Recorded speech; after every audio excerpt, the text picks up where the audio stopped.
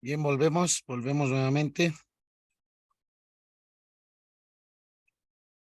Bien, hemos quedado en esta parte, ¿no? A ver, bien.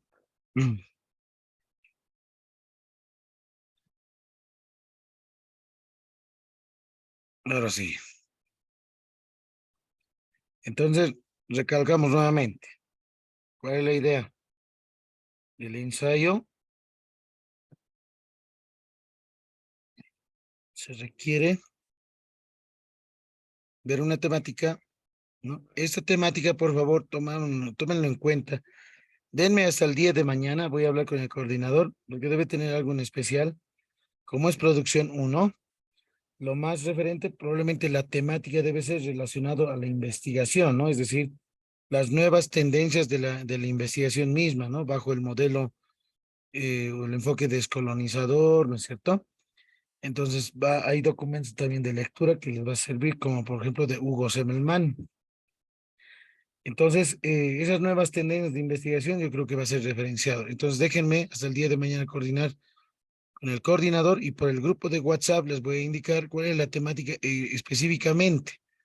Probablemente no sea, ¿no? Aquí solamente estoy dando un ejemplo referente, ¿no? Por ejemplo, para un ensayo, lo que estoy haciendo es revisar, ¿no es cierto? Tengo la temática, tengo la categoría, aprendizaje de logaritmos, voy al Google, hago la revisión bibliográfica, ¿no es cierto? Identifico algunos artículos, revistas, tesis, algunos libros, documentos importantes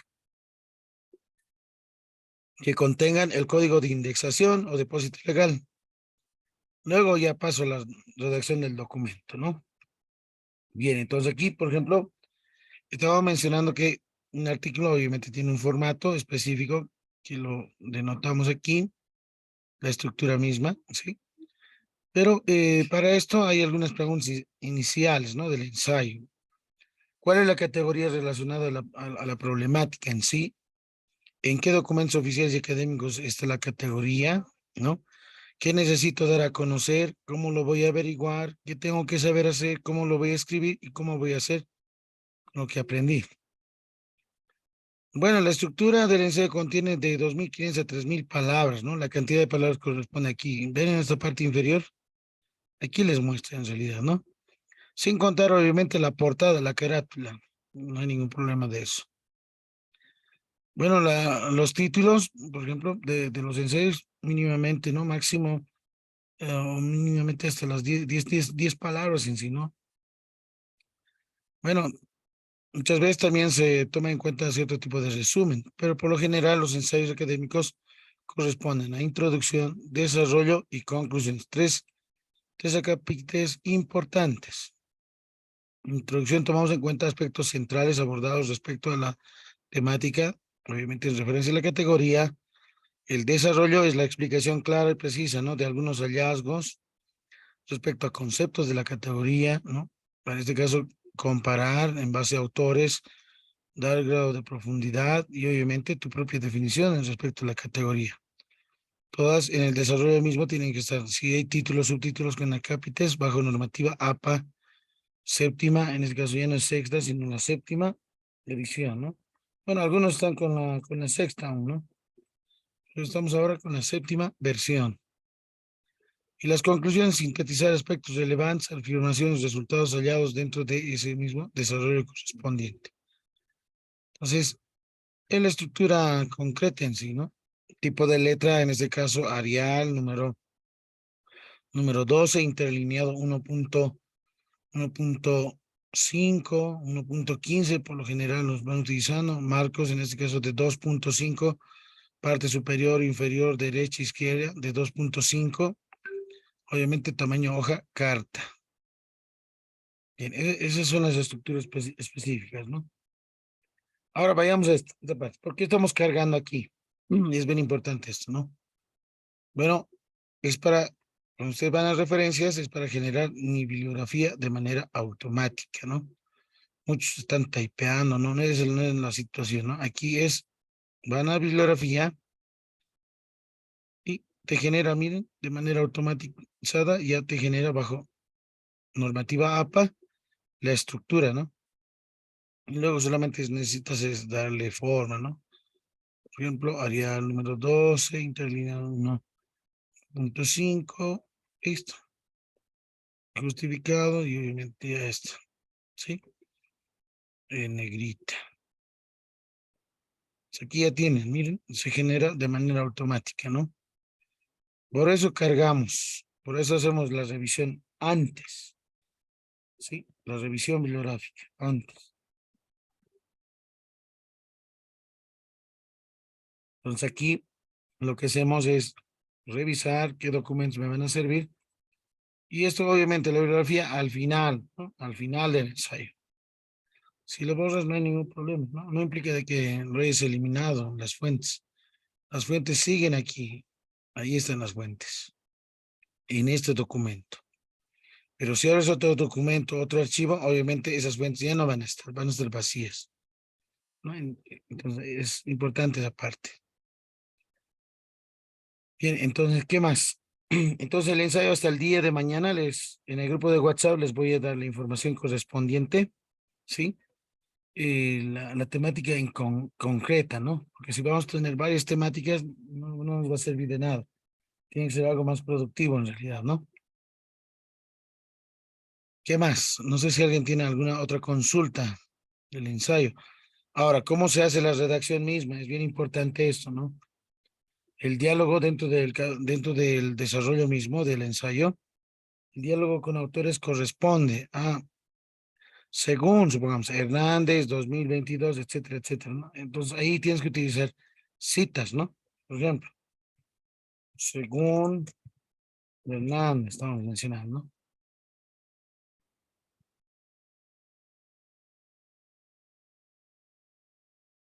2022. Menciono, abres comillas, ¿no es cierto? Y copias toda la cita, ¿no? O menciona, define, etcétera, etcétera, etcétera, ¿no?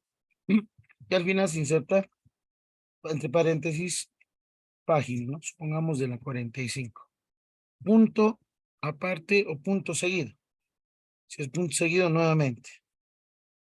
Pero además, collazos, ¿no? Supongamos 2010, indica que,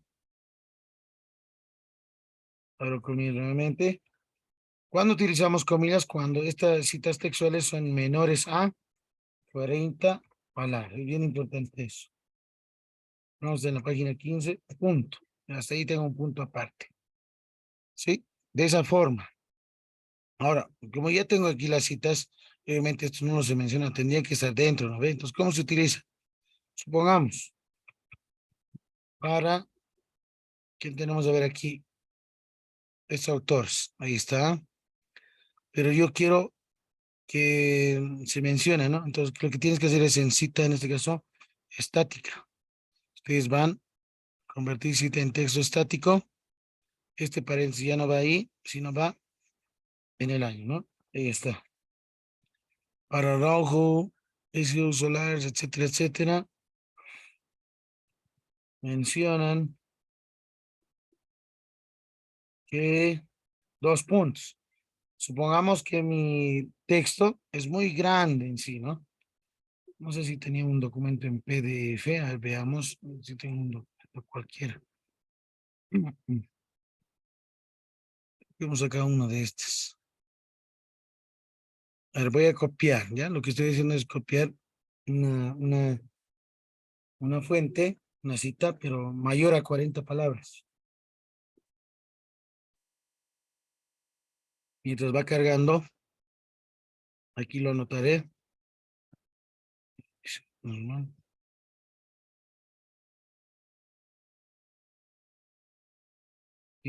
Son citas textuales menores a 40 palabras. Las citas textuales menores a 40 palabras se hacen con comillas, ¿no? Y la página de referencia. Ahora aquí voy a dar un ejemplo de una cita textual mayor a 40 palabras. Y voy a agarrar una cita grande, extensa. Veamos, no sé si tengo, aquí está.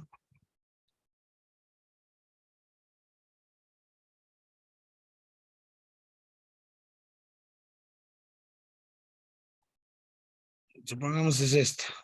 Ya estoy copiando.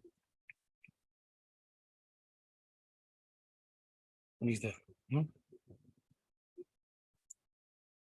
Ahí. ¿Cuántas palabras tiene esto? Miren, dice 48 son, ¿no? 83, obviamente todo en sí, ¿no? Entonces, ¿son mayores a 40 palabras? Sí. Entonces, yo quiero esto, hago una sangría, ahí está la sangría, ¿han visto? Y la sangría se lo hace con el teclado Block Mayus, ahí en la parte superior hay un tabulador. O sea, el tabulador automáticamente mide justamente, ¿no? Una medida de 2.5, casi 2 de 2.5, ¿no? Sangría correspondiente. Con el tabulador simplemente seleccionas y ahí está. Pero ¿qué debes de anotar en esta parte? ¿Qué más me falta? La página en sí, ¿no? La página. ¿De qué página he extraído? De este artículo, página 92, ¿no? Entonces aquí, página 92.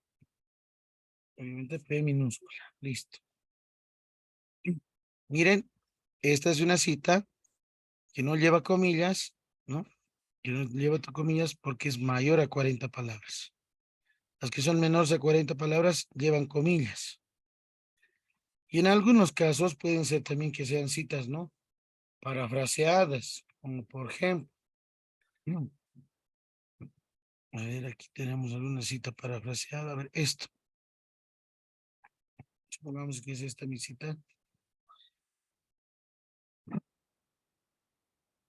Ahí está, tengo la cita. Sí, y yo quiero parafrasear, ¿no? Permite esquematizar categorías, las categorizaciones, etcétera, selección de segmentos de documentos en el trabajo de investigación documental.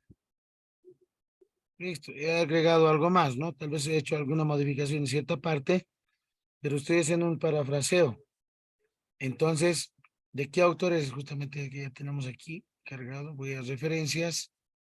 Es de Vargas, ¿no? Janet, ahí está. Listo. Miren, por ejemplo, esta no lleva comillas. Esto se lo conoce como cita textual parafraseada.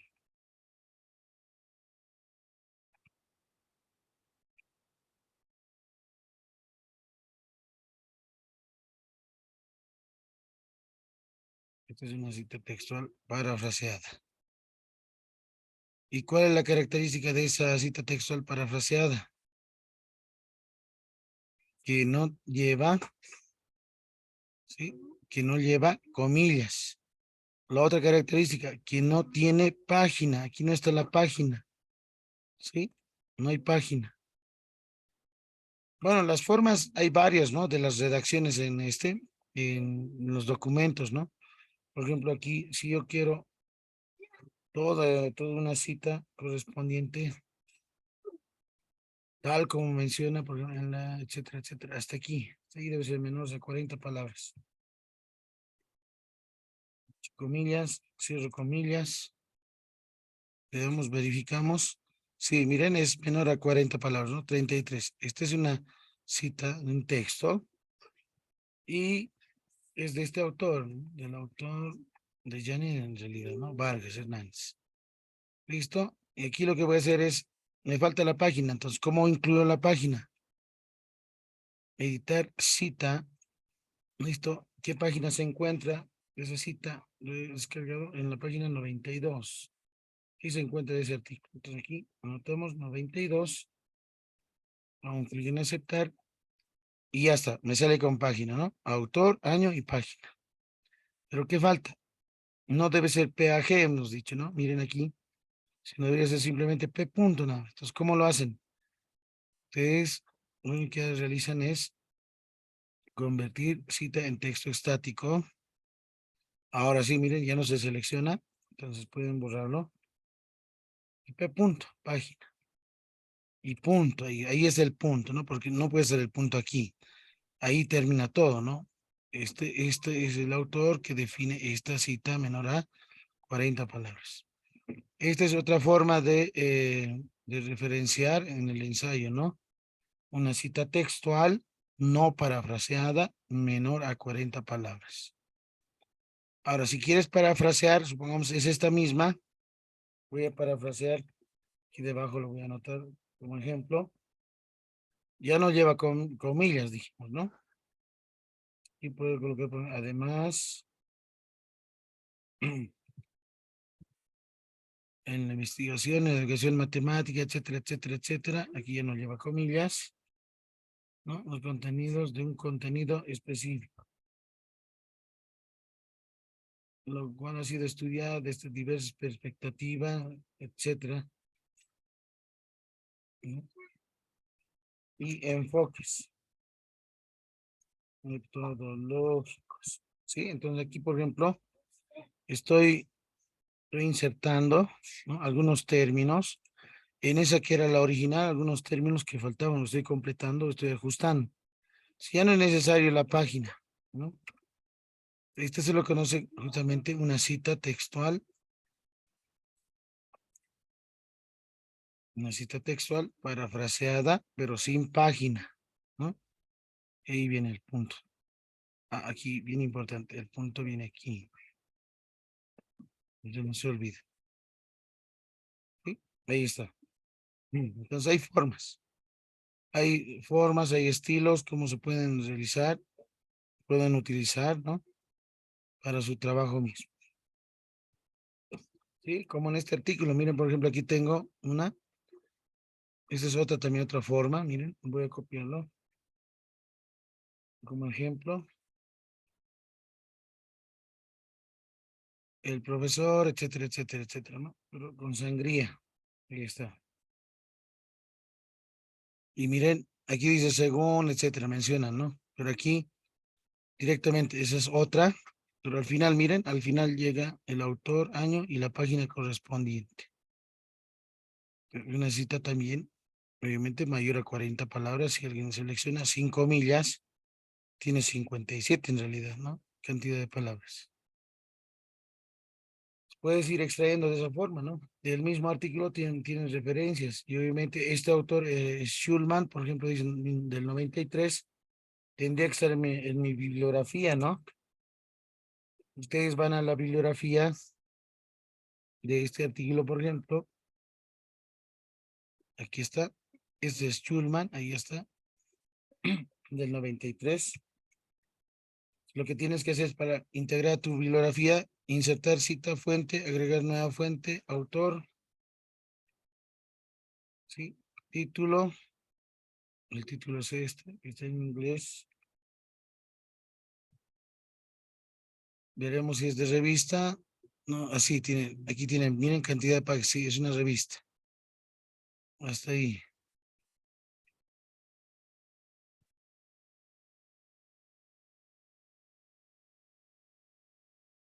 Las didácticas, ¿no? Las didácticas, revista de las didácticas, específicas en la formación de profesores, dice.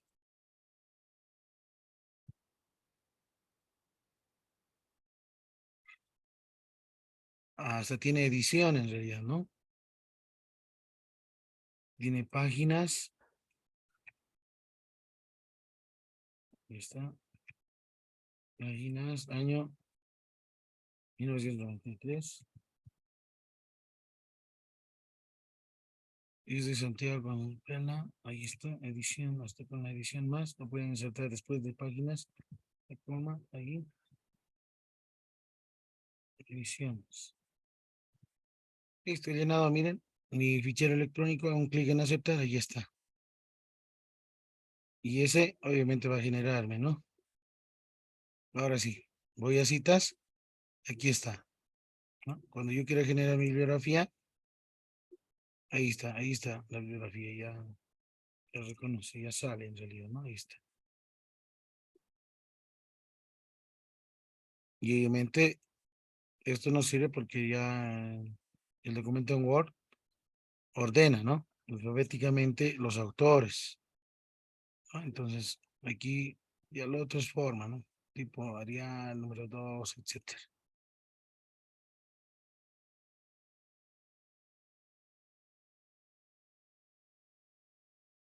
Listo. Entonces ahí es, ¿no? Conclusiones, la bibliografía, ¿no? Ordenación alfabética según normativa APA. Séptima. ¿Manejan la séptima? Hola, hola. ¿Manejan la séptima o es necesario compartirles el documento? No lo hice. No manejamos. Ya, entonces les voy a pasar para que vayan tomando en cuenta la normativa APA séptima edición, ¿ya? En el grupo de WhatsApp les voy a enviar. Y vean esto, lo importante es esto, para su ensayo. Esto es lo que se quiere ver, esa redacción, estas redacciones, diálogo con autores, ¿no? Aquí, por ejemplo, según Hernández menciona, etcétera, además, indica eso. Y tu punto de vista, tu posición también, ¿no? Porque es un ensayo que tú redactas, ¿no? Así que puedes notar desde mi punto de vista, el modelo matemático es, etcétera, etcétera, etcétera, etcétera, ¿no? O desde la experiencia,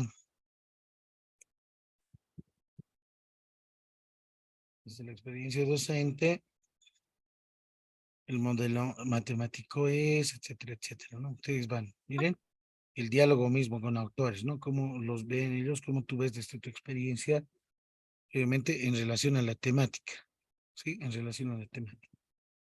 Pues hay tres formas, menores de 40 palabras con comillas, citas textuales parafraseadas, pueden utilizarlas. O si son mayores a 40, con sangría, sin comillas y obviamente indicando la página, ¿no? Esos son las tres formas mayormente, ¿no? En el documento de la séptima edición, lo único que cambia es este, ¿no? Es P punto nada más, ¿no? Que es página, ¿no? Antes era PAG, ¿no? ¿Sí? Ahora solamente es página. Antes era página, ¿no? PAG es, ahora es doble P punto, ¿no? Es páginas. Páginas. Y en algunos casos ya no es necesario el DOIT, ¿no es cierto? El código ISBN, eso se ha suprimido en la bibliografía. Es que todo en el formato mismo, ¿no? Entonces, esos no son tanto en realidad, ¿no? No hay mucha diferencia. Es la única característica primordial.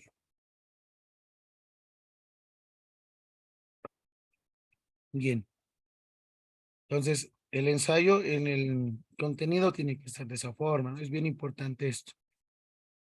Obviamente desde la introducción, si es que tienes alguna teoría relevante o de algún autor que tomes en cuenta muy importante, ¿no? Bien, como iba mencionando, la temática, hasta el día de mañana denme, por favor, voy a coordinar con el coordinador. Como es producción uno, probablemente son las nuevas tendencias, ¿no? De la investigación misma, de este otro tipo de enfoque, ¿no? Y el enfoque es descolonizador, indígena, etcétera, ¿no? Pues hay documentos, hay algunos autores como Chiliza, Hugo Semelman, que tienen posturas, ¿no? Diferentes, distintas en respecto a reconstrucción, decodificación, revalorización, rearticulación, etcétera. ¿No? Una nueva mirada, una nueva forma en este caso, ¿no? En los cuales no necesariamente se van a encerrar en las perspectivas comunes, ¿no? Por ejemplo, el paradigma positivista de un enfoque netamente cuantitativo o el paradigma naturalista interpretativo desde un enfoque netamente cualitativo. O el enfoque mixto en realidad, ¿no? Que son las combinaciones de las dos anteriores. Pues esta nueva metodología del enfoque descolonizador corresponde a otra forma, ¿no? Otro punto de vista. Y el punto de vista corresponde justamente a la construcción misma propia a partir de la realidad, del contexto. Esa es la característica fundamental, ¿no? De la metodología descolonizadora. Entonces, hasta el día de mañana denme, por favor, les envío en el grupo de WhatsApp, ahí indico la temática correspondiente, ¿sí? Así para que todos estemos a la misma forma. ¿Está bien? Sí, dice. Bien, ok. A ver, no sé si alguien tiene alguna consulta, alguna pregunta.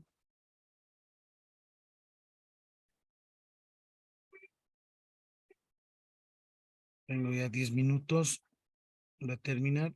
No sé si alguien tiene alguna consulta, alguna pregunta para ir indicando y mencionando. Nos vamos a ver en la siguiente sesión el día martes. Sí, anótense, el día martes. Puede ser a partir de las 4 o 6 de la tarde. ¿Qué dicen al respecto? Dicen, por favor, a partir de las 6 sería. Por favor, Yo ingeniero, a partir de trabajo las en la 6. tarde y hasta las 6:30 son mis octavas. Ya. ¿Qué dicen los demás? 6 licenciado, a las 6 de la tarde. Ya, 6 de la tarde. Bien. Entonces, martes, a partir de las 6 de la tarde iniciamos. En el grupo de WhatsApp les voy a enviar el link correspondiente del Zoom. Y vamos a ver algunas cuestiones que probablemente, ¿no? Es situaciones, por ejemplo, de la plataforma hasta el momento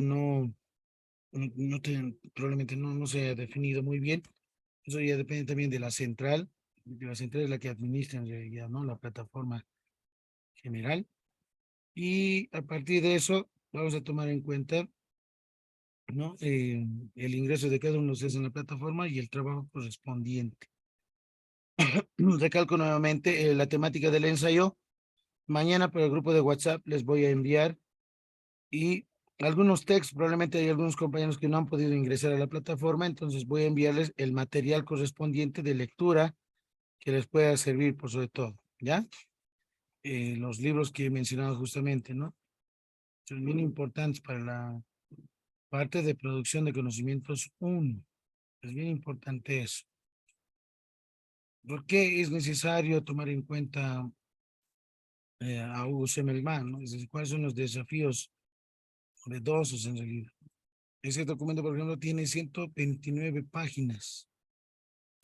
Tenemos de Gustavo Paredes, son críticas, ¿no? Epistemológicas, otro documento. Y el de Chiliza también, ¿no? Con respecto a las situaciones, ¿no? De los sistemas de conocimiento, por ejemplo. Tengo esos 3 documentos que les voy a compartir, les voy a enviar en el grupo de WhatsApp, ¿sí? Son estas en realidad. A ver, enseguida comparto mi pantalla. ¿Lo ven? Esta es una de ellas, ¿no? Esta es de Paredes Gustavo, ¿no? Críticas epistemológicas y metodológicas a la concepción positivista, ¿no? En las ciencias sociales, ¿no? Es una crítica en realidad, ¿no? A este paradigma, ¿no? El positivismo. Es un artículo interesante, tiene 19 páginas y bien importante, ¿no? Obviamente, cuando ustedes vayan viendo así documentos, artículos, lean, por lo general el resumen, ahí les sintetiza todo, ¿no? Por ejemplo, aquí menciona que se presenta críticas epistemológicas, metodológicas, ¿no? En contra del modelo positivista de este inicio del siglo XX, comenzando con la hermenéutica, el empirismo lógico, la teoría cuántica, relacionismo crítico, más adelante la teoría crítica. En el posmodernismo, y concluye en el paradigma de la complejidad y de la transdisciplinaridad. Entonces, en este artículo dice que se ven paradigmas que han enfatizado determinados aspectos en realidad, ¿no? Ontológicos y de forma de conocer, ¿no? Genealógicos, hasta llegar a la década de los 70, 80 y poner visiones de la integración misma de niveles de dimensiones de la realidad a nivel macro, micro, de manera objetiva, subjetiva, estático, dinámico, las regularidades, incertidumbres, el orden en conflicto, holístico y fragmentario. Una forma adecuada, ¿no? De explicar, comprender la realidad que permitiera superar limitaciones de interpretaciones de los mismos positivistas en realidad, ¿no? Este es el artículo, es un artículo. El otro documento es de Hugo Semmelmann, que responde justamente al conocimiento como un desafío posible, ¿no? Pues aquí tienes justamente algunos elementos muy importantes, un documento muy bueno en realidad, que les va a servir para su construcción misma, ¿no? Del modelo en este caso, de la metodología misma en sí. Entonces está compuesta, por ejemplo, de 3 capítulos el documento. El capítulo 1 es conocimiento e intelectualidad en América Latina y su incidencia en la acción didáctica. Segundo, conocimiento, subjetividad y mundos posibles, desafíos para la enseñanza no parametral. Tercero, realidad, conocimiento e investigación, una posibilidad transformadora, ¿no? Entonces aquí más que todo, y esta parte es bien importante, más interesante en realidad, ¿no? Una nueva forma de ver, una nueva forma de la visión misma. Y el otro documento es de Quiliza, ¿no? Este de aquí, que habla de sistemas de conocimientos, ¿no? Hay una breve descripción, por ejemplo, de mostrar tradiciones actuales de investigación académica basadas en la cultura, la historia, filosofía euro-occidental, ¿no? Que estas metodologías excluyen la producción de conocimientos de los sistemas de conocimientos colonizados.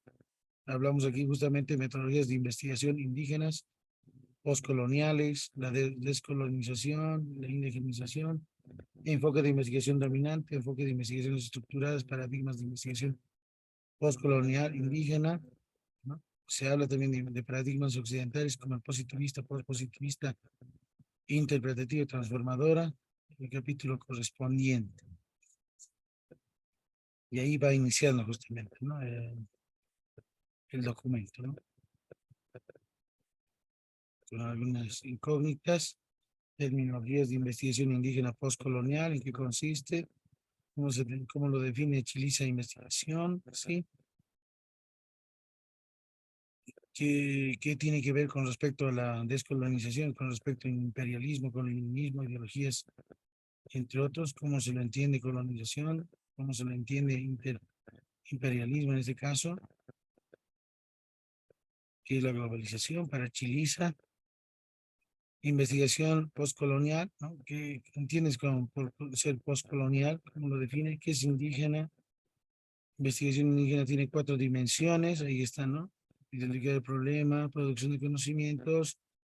El tercero es combinar justamente teorías occidentales, miren, teorías occidentales e indígenas, es la parte más importante, y ver, ¿no? En la cuarta, suposiciones acerca de cómo se toma en cuenta, ¿no? Conocimiento, valores, investigación en sí. Habla de descolonización de metodologías de investigación occidentales, algunas interpretaciones, procesos de descolonización, algunos conceptos, estrategias para la descolonización, deconstrucción y reconstrucción, autodeterminación, que tiene que ver la ética con respecto al idioma, historia, paradigma de investigación postcolonial, en qué consiste, qué características tiene, qué son las suposiciones sobre la naturaleza de la realidad, conocimiento, tenemos ahí ontología, epistemología, axiología y la metodología, ¿no? Que son elementos importantes. Son 4 pilares fundamentales en realidad, ¿no? Para todas las investigaciones. ¿Qué técnicas de investigación, qué técnicas se utilizan, ¿no? Postcolonial se pueden tomar en cuenta. Metodologías del tercer espacio, ¿no? En base a paradigmas, ¿no? Eurooccidentales, indígenas, postcoloniales, paradigmas que son esencializados de un pensamiento indiscutible, paradigma de investigación eurooccidentales, por ejemplo, positivista o postpositivista. Tenemos algunos elementos de su ontología, epistemología de este paradigma, cuál es su axiología y cuál es la metodología. Y este documento tiene actividades, ¿no? Para reflexionar, más que todo. Luego se tiene un paradigma interpretativo naturalista, ¿no? Hablamos de la fenomenología, la hermenéutica, habla también de los 4 elementos, desde la ontología, la epistemología, la axiología y la metodología, cómo lo comprende este paradigma, cómo se entiende, cómo debe ser entendido y aplicado. El paradigma transformativo, ¿no? que hacen crítica tanto al positivista, al postpositivista y el interpretativo, en realidad, a los dos paradigmas anteriores. Es una crítica. ¿Y cuál es ese tipo de paradigma? Tiene su ontología, epistemología,